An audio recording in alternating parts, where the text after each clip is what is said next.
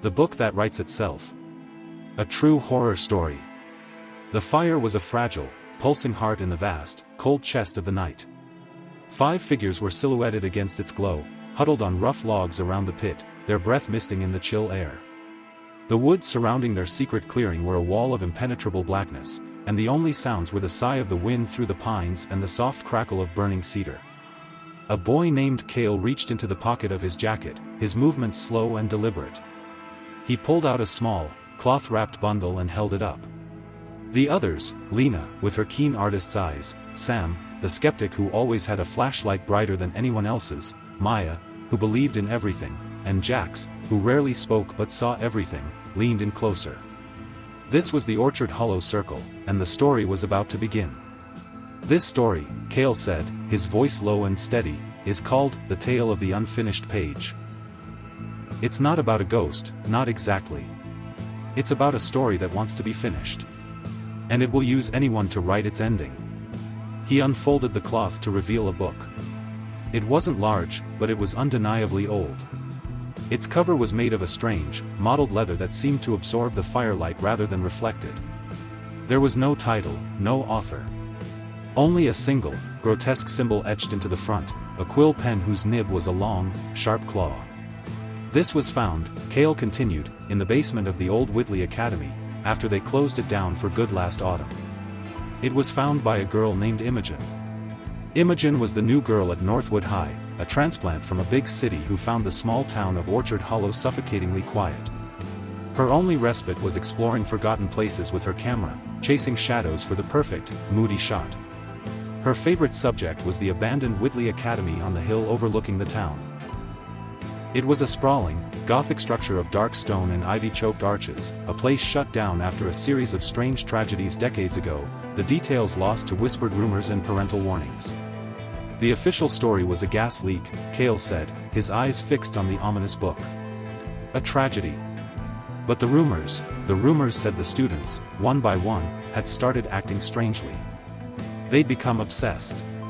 They'd spend all night in the library, writing furiously in journals, mumbling to themselves. Then, they'd just stop. They'd sit and stare at blank walls, empty. Hollowed out. Before they could be sent away, the accident happened. The school was sealed. Imogen's first visit was on a crisp October afternoon. She slipped through a loose board in a basement window, her flashlight beam cutting through the oppressive gloom. The air was thick with the smell of decay and old paper. In a forgotten storage room, behind a collapsed shelf, she found a small, heavy chest, locked.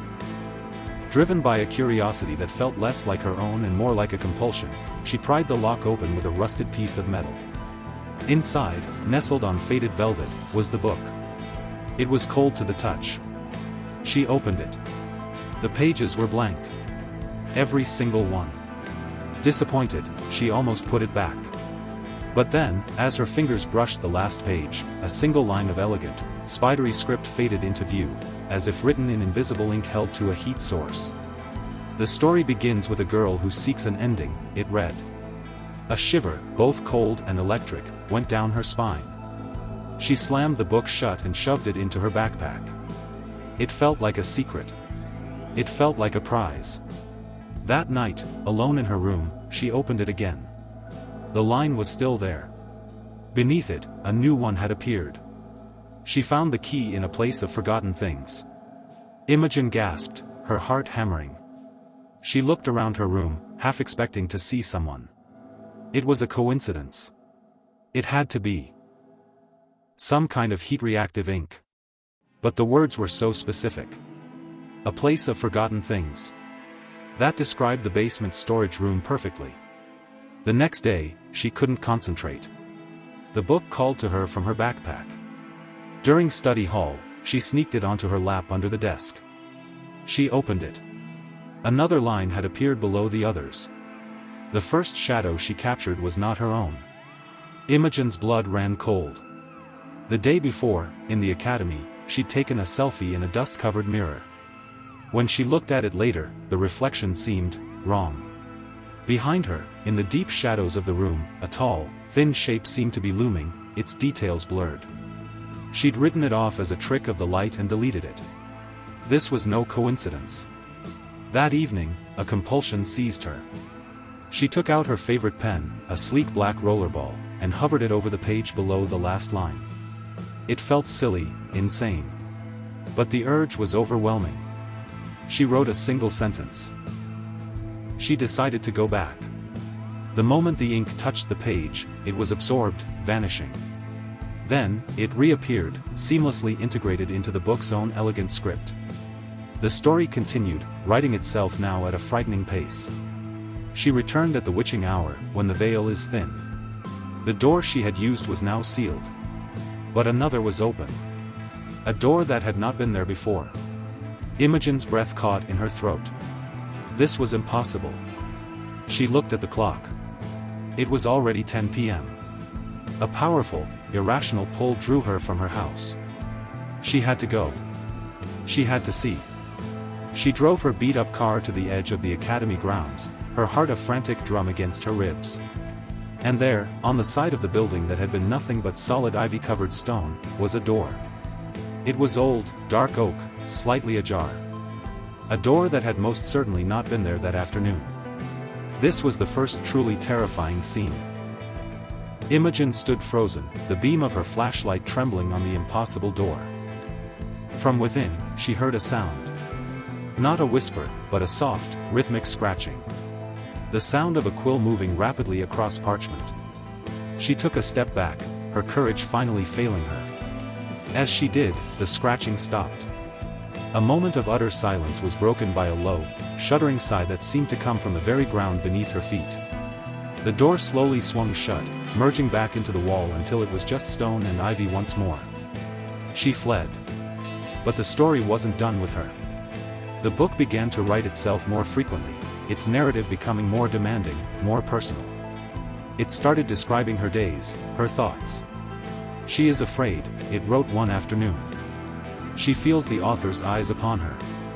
Imogen began to see things, fleeting movements in the periphery of her vision, a tall, gaunt shadow cast by no one in the empty hallways of her school. The smell of old paper and dust followed her everywhere. The second terrifying scene happened in the school library. Imogen was trying to research the academy, to find some rational explanation. The book was in her bag. She felt a sudden, intense coldness emanating from it. She unzipped the bag. The book was open. The page was no longer blank. It was filled with a frantic, manic script, the writing becoming increasingly jagged and desperate. The story must be finished. The protocol must be complete. The author seeks a scribe. The girl will serve. The girl will provide the ending. As she read the words, the lights in the library flickered and died, plunging her into twilight. From between the stacks of books, she heard the scratching sound again, loud and close. And then, a new sound, a dry, papery rustle, like pages being turned by an unseen hand, moving closer and closer down the aisle next to her. She scrambled out of her chair, grabbing her bag, and ran, not stopping until she was in the bright, crowded safety of the cafeteria. The climax came on a night of thick fog. The book had become unbearable. It now wrote paragraphs at a time, detailing her every move, her growing paranoia. The final entry was a command, the ending awaits at the source. The final chapter must be written in the ink of memory. Come to the study. It is time to write. She knew she had to go back. She had to end this. She brought the book, her pen, and a desperate hope that if she just gave it an ending, it would leave her alone.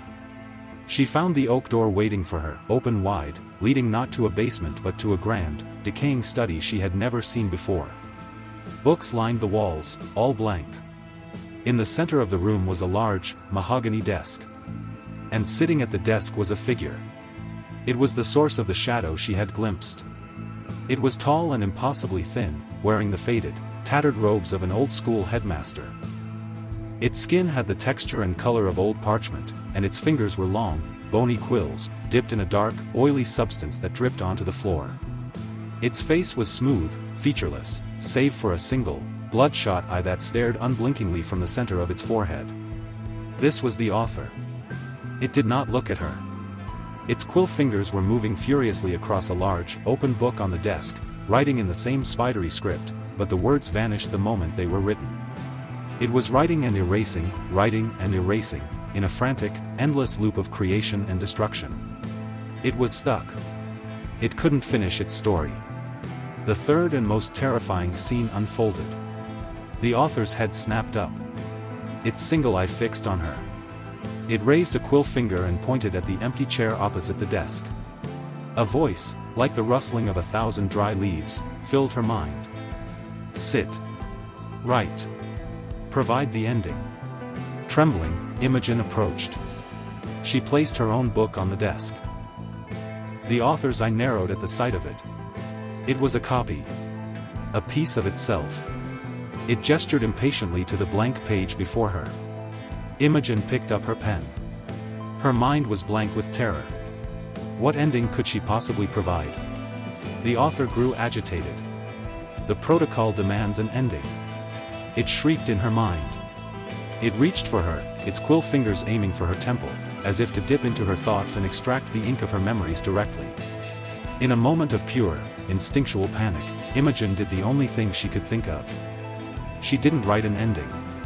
She wrote a question. A single, desperate line. And what happened to the author? The effect was instantaneous. The author froze. Its single eye widened in confusion, then in dawning horror. It looked down at its own endless, looping text. It looked at Imogen's question. A story must have an ending. Even for the author. A low moan issued from its featureless face. It slowly picked up its own quill and began to write. The words, for the first time, did not vanish. They burned themselves onto the page in black, smoking letters. The author was forgotten. The author was alone. The author was finished. As it wrote the final word, the creature let out a sound that was the essence of silence and emptiness. It began to crumble, its parchment skin flaking away, its body dissolving into a pile of fine, gray ash on the desk. The study around her wavered and faded, the books on the walls dissolving into mist. Imogen found herself standing not in a study, but in the dusty, empty basement of Whitley Academy. The oak door was gone. On the floor at her feet lay the book, closed. It was over. Cale stopped talking. The fire had burned down to embers. The story was told. The members of the Orchard Hollow Circle sat in stunned silence, the image of the faceless author burned into their minds. She got away, Lena whispered, a statement of relief more than a question. Cale nodded slowly. She thought so. She left the book there in the basement, in the ash. She ran and never looked back. She tried to forget. For a while, life was normal. He paused, looking at each of their faces in the dim light. But a story like that, it doesn't like to be abandoned. It needs an ending. A real one. A few weeks ago, Imogen was cleaning out her locker. And something fell out of a book she hadn't opened since last fall. Cale reached into his pocket once more and held up a simple black rollerball pen. Her favorite pen. The one she used to write in the book. He clicked the end of the pen. Nothing happened. It was out of ink. But that's the thing, Cale said, his voice dropping to a barely audible whisper. When she found it, the tip was wet. And it wasn't filled with blue ink anymore. He held the tip up to the faint firelight. It gleamed with a thick, dark, oily substance. It's hungry again, Cale said, his eyes reflecting a dread that was far older than he was. And it's already started writing. If you dared to listen to the end, then you're one of us. The shadows have more stories to tell, and we'll be here, waiting by the fire, to share them with you. Subscribe to the channel so you never miss a new tale. Let us know which part haunted you the most in the comments below. Your theories give life to new legends. And if you want to help this story find its next listener, leave a like. It's the only way to keep the signal strong, and the static at bay. Until next time. Sleep well.